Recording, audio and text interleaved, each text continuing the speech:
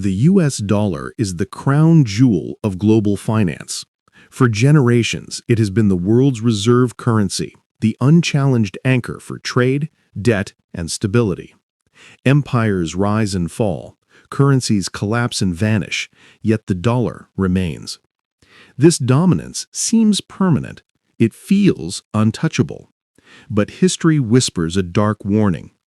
Every empire that has anchored the global financial system eventually faces the same brutal, irreversible trap. This trap has a name: the Triffin Paradox.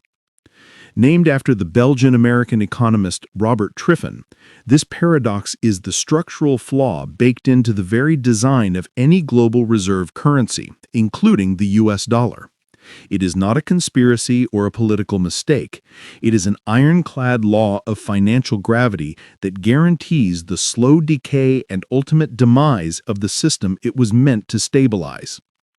The Triffin Paradox states that to remain the world's anchor, the issuing country, in this case the United States, must supply enough currency to the rest of the world to finance global trade and investment. This requires the U.S. to run consistent trade deficits, sending more dollars out than it takes in. In the short term, this works brilliantly. The world gets the liquidity it needs, and global commerce flourishes. But in the long term, it creates a fatal contradiction. The more dollars the U.S. pushes abroad, the more fragile the currency's credibility becomes, because the amount of dollars circulating eventually vastly exceeds the underlying assets or gold backing them. The system demands both confidence and supply, and over time, these demands become mutually exclusive. The dollar must sacrifice the health of its own economy to remain the world's reserve currency. It is both the crown and the curse. History is littered with examples of this paradox, though the name is modern.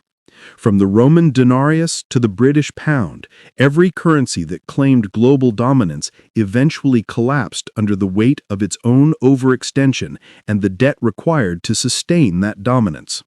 The dollar's dominance was formalized in 1944 at the Bretton Woods Conference. Emerging from World War II as the world's only intact industrial power, the U.S. held the vast majority of the world's gold. The agreement pegged all major global currencies to the U.S. dollar, and the dollar itself was tied to gold at $35 per ounce. This looked like stability, but it was dependence. The U.S. was now the system's sole financial anchor, but this role carried the seed of the Triffin Paradox. By the late 1960s, the inevitable happened. The U.S. was financing the Vietnam War, ambitious domestic programs, and massive military spending overseas. It was printing dollars far faster than its gold reserves could support. Foreign governments, realizing the U.S. could not keep its promise, started demanding gold in exchange for their swelling dollar reserves. This was a global run on the gold window. President Richard Nixon faced an impossible choice. He could not stop the hemorrhaging of U.S. gold reserves without admitting failure, but he could not keep the promise either. So, in August 1971, Nixon severed the dollar's final link to gold, suspending convertibility temporarily. The Nixon Shock completed the structural shift. Money was no longer anchored to anything tangible. The dollar became pure fiat currency, money backed only by decree and the promise of the government. The constraint of gold was gone, and the Triffin Paradox accelerated into overdrive. The U.S. was now the system's sole financial anchor, but this role carried the seed of the Triffin Paradox. To survive the post-gold era, the dollar needed a new anchor, something universally indispensable. That anchor was oil. In the early 1970s, the U.S. struck a secret pact with Saudi Arabia, the world's largest oil producer. The deal was simple. Saudi Arabia would price all its oil exclusively in U.S. dollars. In return, the U.S. guaranteed Saudi security. This arrangement, the birth of the petrodollar system, forced every country on Earth to hold and trade dollars because every country needed oil. The petrodollar system created a self-reinforcing loop that masked the inherent instability of the Triffin Paradox. Dollars flowed out to buy oil, and those petrodollars flowed back into U.S. Treasury bonds, financing America's deficits and keeping U.S. interest rates low. America could spend the world's money and export its inflation abroad, making the world pay the price for its deficits. This was the exorbitant privilege of the reserve currency, fully realized. But the paradox remained. To sustain the global flow of dollars, the supply, the U.S. had to run massive debts, destroying confidence. The system required endless borrowing to function. The consequences of this debt addiction, a direct result of the dollar's reserve status, are devastating and globally shared. 1. Debt as destiny. Global debt now exceeds $300 trillion, about 350% of the world's GDP. The modern economy relies on new borrowing to create money, like a shark that must keep swimming or it dies.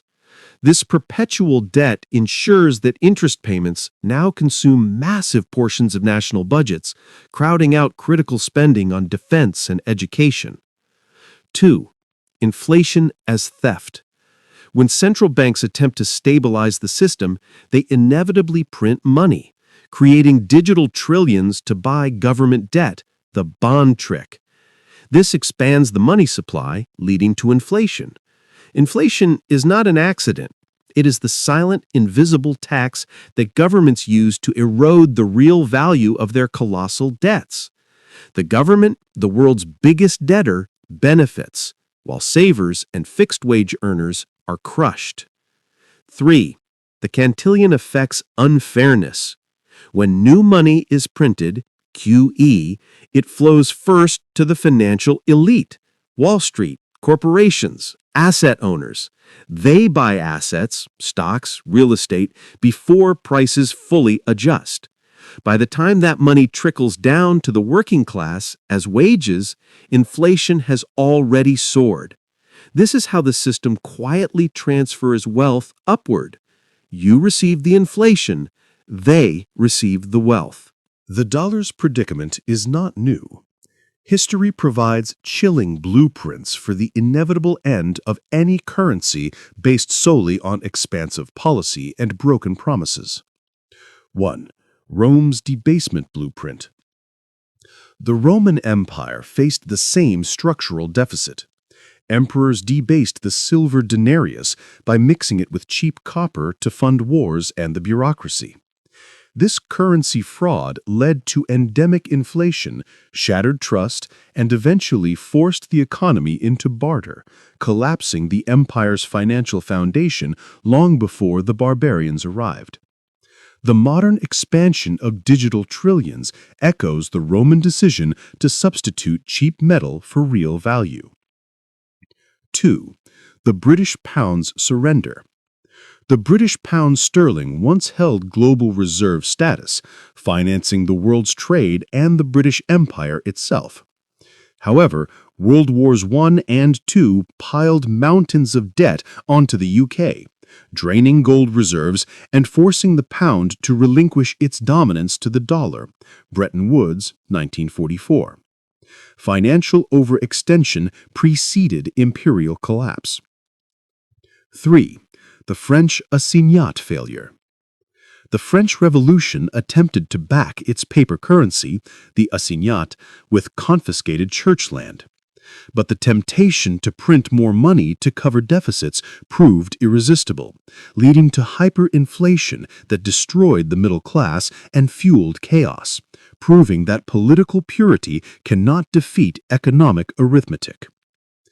These historical warnings confirm that when a currency's supply is dictated by political necessity, debt, rather than physical restraint, value, its fate is sealed.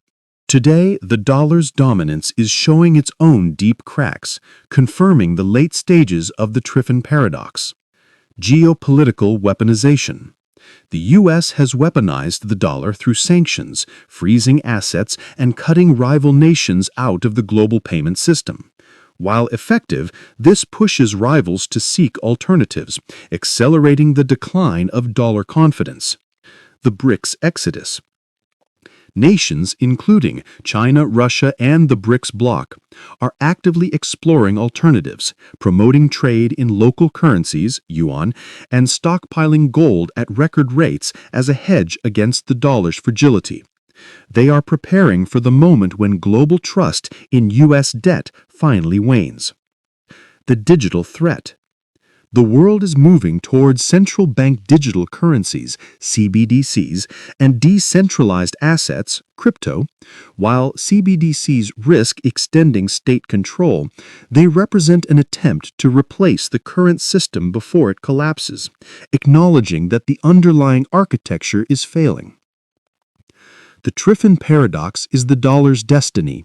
It must fail to succeed. To maintain its reserve status, the U.S. must continue to expand credit and debt globally, and this expansion is precisely what guarantees the dollar's long-term devaluation and eventual collapse. For the ordinary citizen, the lesson is clear. Financial freedom requires assets that cannot be printed away. Do not mistake the illusion of stability for real value. When the final reckoning arrives, not with a bang, but with a slow, grinding erosion of purchasing power, those who hold tangible assets, precious metals, and enduring skills will survive. Those who cling to promises will be crushed by the financial trap that dooms every reserve currency.